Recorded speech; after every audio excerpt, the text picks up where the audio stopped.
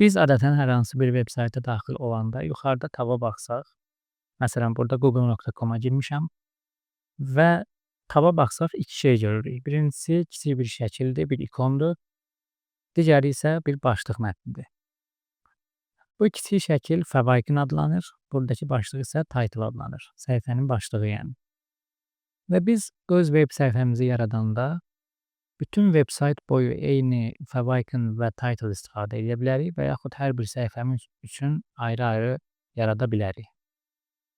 Bunun üstünlüklərindən biri odur ki, istifadəçi bir neçə tab burada açdıqda artıq hər birindən tək-tək daxil olmadan hansı tabın hansı səhifə üçün olduğunu başa düşməsidir, bilməsidir və əlavə olaraq da ki, axtarış mühərriklərinin də bizim səhifəmizi daha yaxşı tanıması üçün bizə köməklik göstərir.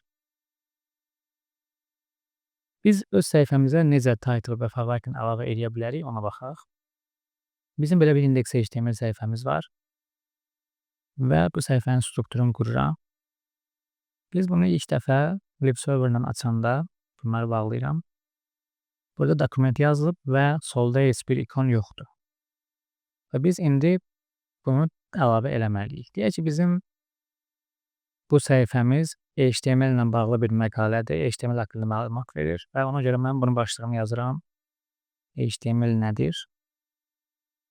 Və brauzerə keçsəm, görürük ki, burada o əlavə olunur. Bu şəkili əlavə eləmək üçün isə biz link tagından istifadə edirik. Head tagının içinə gəlirik və burada link əlavə edirik. Enter basdıqda bu CSS üçün istifadə olunan linki yaradır. Mən burada style-sheet'i silirəm və onun əvəzinə icon yazıram. Bu şəkildə.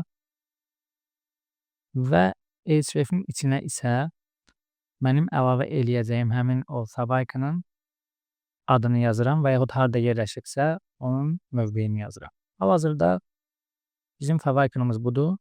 Bir HTML logosudur və bizim faylımızla, index.html faylımızla eyni qovluqda yerləşdiyi üçün mən bütün uzantıları və qovluqları yazmaq əvəzinə birbaşa favicon.png yaza bilərəm. Burada əlavə olaraq bizim üçüncü bir atributumuz da var. Type və bura əlavə eləyəcəyimiz faviconun tipini yazırıq. Image png.